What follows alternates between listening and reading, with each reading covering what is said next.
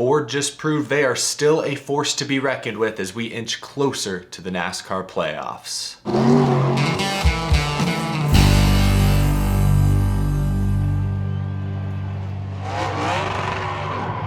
How's it going, y'all? My name is Eric. Welcome to Out of the Groove. It's always a good day when the number 17 car wins. I can't help it. Doesn't matter who's driving, I get a little twinge of nostalgia anytime I see the number 17 Ford in NASCAR victory lane. We'll talk all about Chris Buescher and how huge this win was for RFK Racing in a few moments. I'll also take a look at the playoff bubble. A couple of drivers, namely Ty Gibbs, Bubba Wallace, shattered expectations today, while others, like Michael McDowell, kind of did themselves in with poor strategy. We'll take a close look at the playoff cut line in a moment, talk about some of the top finishers, the key moments and highlights from this race, but I guess we should just go ahead and start with RFK Racing, specifically Brad Keselowski. Brad Keselowski did not win today. Unfortunately, he choked, quite honestly, in spectacular fashion. But I want to praise Brad Keselowski because since he's gotten to RFK Racing, their turnaround has been swift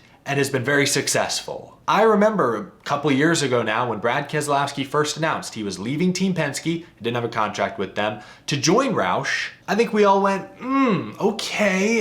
It looked like Brad Keselowski was sacrificing short-term success in favor of, long-term goals. Keselowski was used to winning races and contending for championships at Penske. Suddenly he was going to a Roush team that hadn't won a NASCAR Cup Series race since 2017 with Stenhouse. They hadn't won a non-super speedway race since I think like Carl Edwards in 2014. I expected Brad Keselowski to get more out of that 6 than we've seen in recent years, but I didn't expect both the 6 and the 17 cars to look like legitimate playoff contenders, borderline championship 4 threats this soon. Brad Keselowski's only been at RFK for about 18 months, and suddenly they have not one, but 2 cars solidly in playoff contention. They've won 2 races in this time span that weren't at super speedways. Keselowski has completely revamped Roush's image. They've changed the culture over there to, better adapt to the new spec next gen era. It's a big team, it's a big operation. There's a lot of credit to go around, but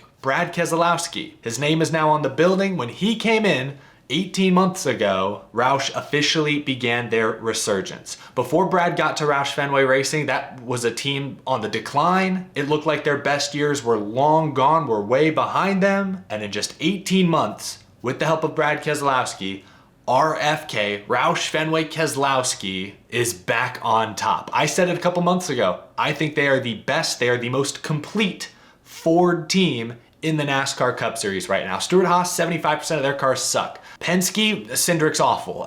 Blaney, Logano, up and down. They're both really good, sure, but as a complete unit, Keselowski and Buescher have been top 10, top 12 in points all season, and after today, they now have a win on their resume. I know he didn't win today, but I wanted to give Brad Keselowski some credit. His time is coming. That winless streak will end sooner rather than later. But now let's pivot and talk about Chris Buescher, because Chris Buescher has long been one of the most underrated drivers in the NASCAR Cup Series. People forget that not all that long ago, 7-8 years ago, he was an Xfinity Series champion. He's only 30 years old, but he's been a consistent, steady force at RFK Racing. Now he's putting up career best numbers. Today he set a career high for top 5s in a single season. His average finish is like 3 or 4 spots better than any other season. And now that he's in the playoffs, as long as he doesn't have an awful first round, he'll probably set a career high best points finish as well. So Chris Buescher is stuck with Roush. Roush has more or less stuck with him. I guess there was a little detour there where he was at front row, then JTG, but eventually they got him back in-house, and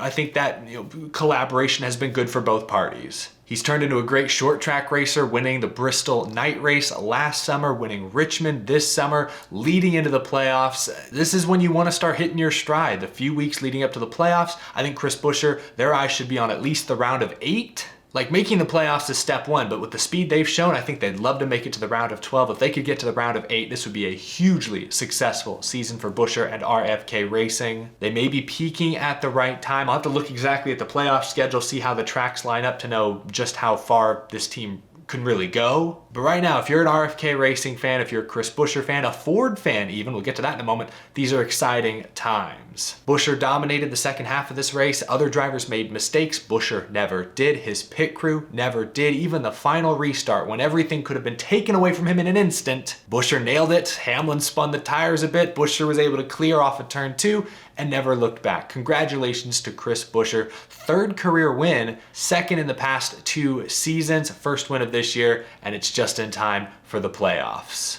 I mentioned Ford. What a day for the Ford Motor Company. Let's take a look at the top finishers. You'll notice 4 of the top 6 drive blue ovals. Joey Logano, I still don't know how he snuck into the top 5. He was outside the top 10 in the first half of this race, raced his way back up to like 8th, 9th, 10th place. Must have got a great restart, had a good pit stop. Good finish for Logano, but behind him, Ryan Preece impressed me today. Did you guys realize he had 0 top 10s all season long coming into today? I thought for a brief moment he was gonna win this race. My oh my, how that would have blown up the playoff grid. But Ryan Preece, first top 5, first top 10 of the season. Stewart-Haas Racing had a tremendous day as well. Almirola 8th, Harvick 10th, Briscoe 11th, all 4 Stewart-Haas drivers inside the top 11. That's fantastic for that team, honestly. With Aric Almirola though, you do have to ask, what if? First stage of this race, he drove from 24th to 8th place. Great long run speed. Then at the start of stage 2, continued to pass some cars, get closer and closer to the very front until he made a mistake during a cycle of green flag pit stops, drove over the commitment, orange box, had to serve a pass through, and with very few cautions today, it was difficult to make up all that track position in the second half of this race. Still managed to get back into the top 10. Great recovery, great rebound.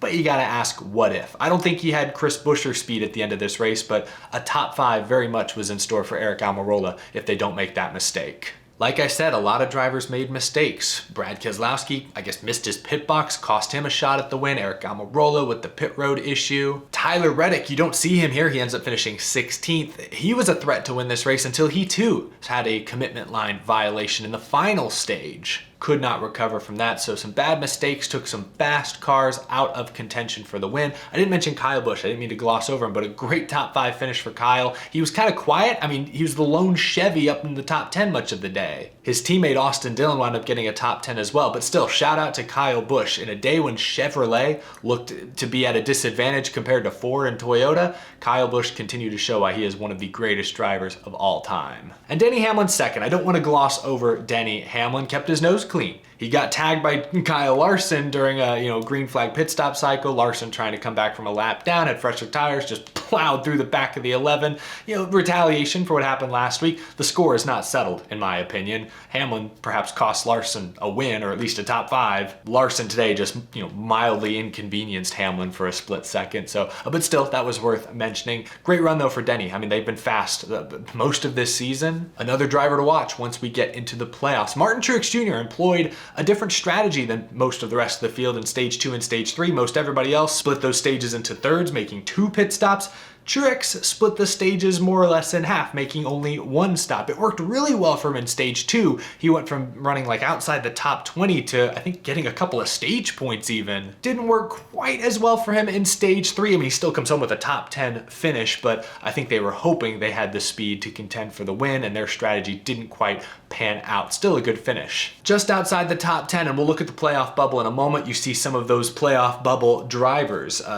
Bubba Wallace won stage 1, looked to have maybe the fastest car for a good portion of this race, faded a bit towards the end of stage 3, and then I don't know what happened on the final restart. Maybe he lost a couple more spots. He comes home 12th. Chase Elliott, the best finishing Hendrick car. He might have been the only Hendrick car still on the lead lap at the end of this race. I think maybe Bowman or Larson, they might have taken the wave around. But Hendrick Motorsports was completely off their game. Chase Elliott qualified in the top 5, got some stage points in stage 1. I think he finished 4th. So Chase Elliott had a good day, all things considered, but when you're 56 points below the cut line, good days aren't enough. We'll look at the points in just a moment. And one more driver, 15th today was Ty Gibbs. He also collected, I think, a couple of stage points in both stages, so that's gonna go a long way towards making the playoffs.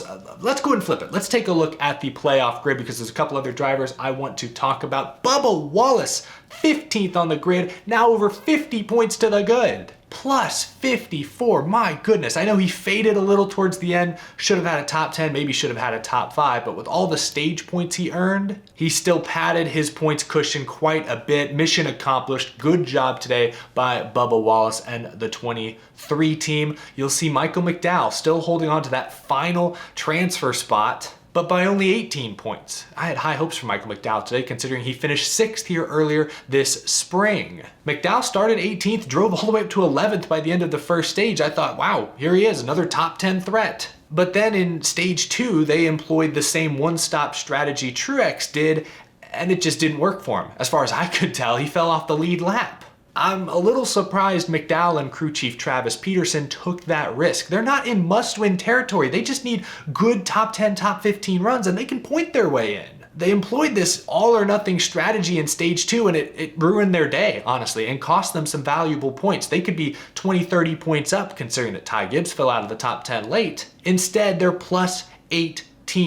It's not a bad cushion, but it could have been so much more. They cost themselves points today based on that strategy, which I just don't think you need to be that aggressive considering their point situation. Now, Ty Gibbs is the new 17th place driver. Yes, that rookie has gained 2 or 3 points positions the past couple of weeks. He's also gained like 25 points on the cut line the past couple of weeks, so he's coming on strong these final few races. And he's a pretty good little road racer as well. So with a couple of road courses coming up, also Michigan, and then the wild card that is Daytona, do not count Ty Gibbs out. He is driving a Joe Gibbs Racing Toyota. He has that advantage over Michael McDowell. What McDowell has is experience. It'll be experience versus raw speed these next 4 weeks for that final playoff spot potentially. AJ Allmendinger loses a spot, minus 22. I was pretty hard on AJ Allmendinger a couple days ago. He made the decision, the team made the decision to let Allmendinger go race the Xfinity race at Road America, do a little trophy hunting. I know they had planned on that months in advance, but considering Allmendinger's point situation, I figured the team would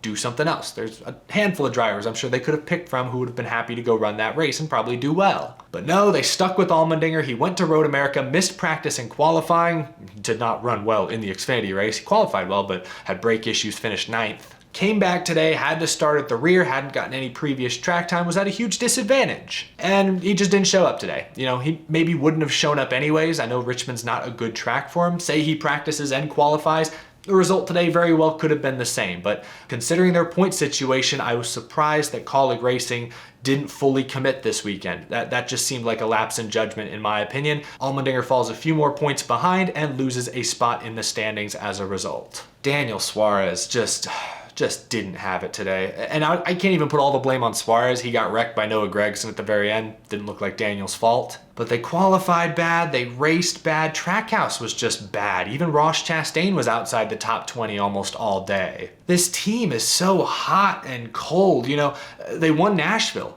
Chastain was super fast that race. Daniel Suarez was fast as well. His backup car was fast that weekend. But they've cooled off a ton since then. Chastain doesn't have a top 10 since that win at Nashville. That was like 5 or 6 races ago. Yeah, I guess Shane Van Gisbergen winning Chicago in a Trackhouse car, that's good. The team's still good there. But their 2 full-time drivers have been more bad than good this summer, quite honestly. Very hot, very cold. Daniel Suarez needs consistency right now. He's not getting it. Either he's incapable of it, the team's incapable of it, or a little bit of both. They're not consistent right now, and they continue to lose a few points each week as a result. The last driver I'll mention is Chase Elliott, who did gain 16 points on the cut line this week. He's now only 40 points back with 4 races to go. He got 7 stage points in the first stage today. That was huge, likely the result of a great qualifying effort. They couldn't quite stay ahead of the track. He fell back, faded slowly throughout the day, but he still outpaced most of his Hendrick teammates. Again, seeing glimpses of brilliance. Qualified great, ran fast in the opening stage, but this still doesn't look like the same number 9 team we've seen the past few years. His best tracks are still ahead of him. We've still got Watkins Glen on the schedule, and as long as Watkins Glen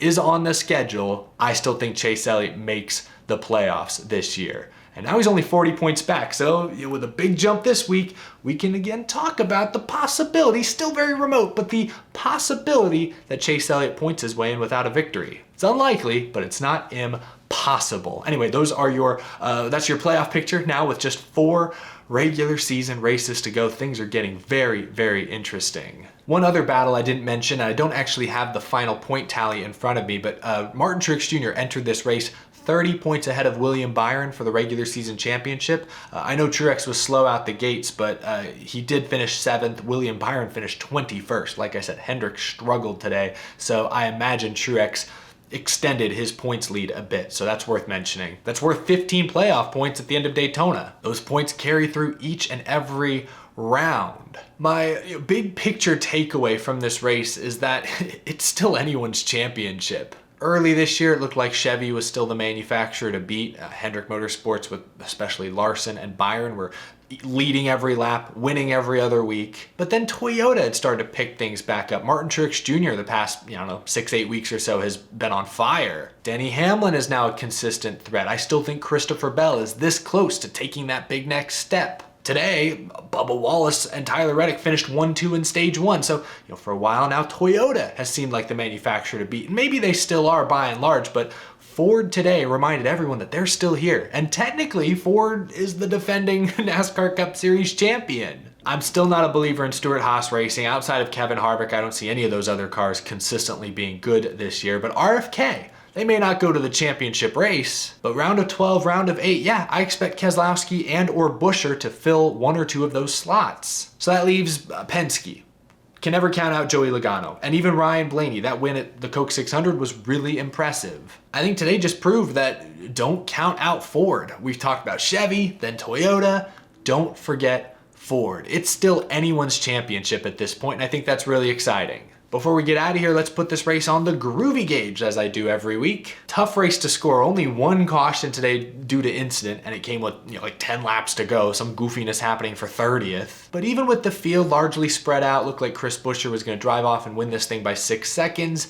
I still thought today's race was pretty entertaining. There was more passing than I expected. Short run and long run. Like, I expect passing on the long run at Richmond. That's never really been a problem. But even on the short run, especially after stage 1, there was more passing than I expected. Good amount of side-by-side racing. I thought NBC did a fantastic job trying to show a lot of the action with 2 or 3 screens on your TV at once. I think the way they were able to explain different pitch strategies so you kind of knew who was on what kind of tires was pretty easy to follow. It wasn't a barn burner by any means, but as strategy races go, it was very compelling. And you had a lot of different faces and names up near the front that we're not used to seeing. Bubba Wallace, Chris Buescher, Brad Keselowski these days, towards the end, Ryan Preece. This race maintained my interest throughout. That being said, wasn't fantastic. This isn't the kind of NASCAR race I want to see every week. This was like a really, really, really good Formula One race. I don't mean that as a shot against Formula One, to each their own, but in NASCAR, I want to see more side by side. I want to see a few more restarts, things shuffling up the leaderboard more quickly, more suddenly. I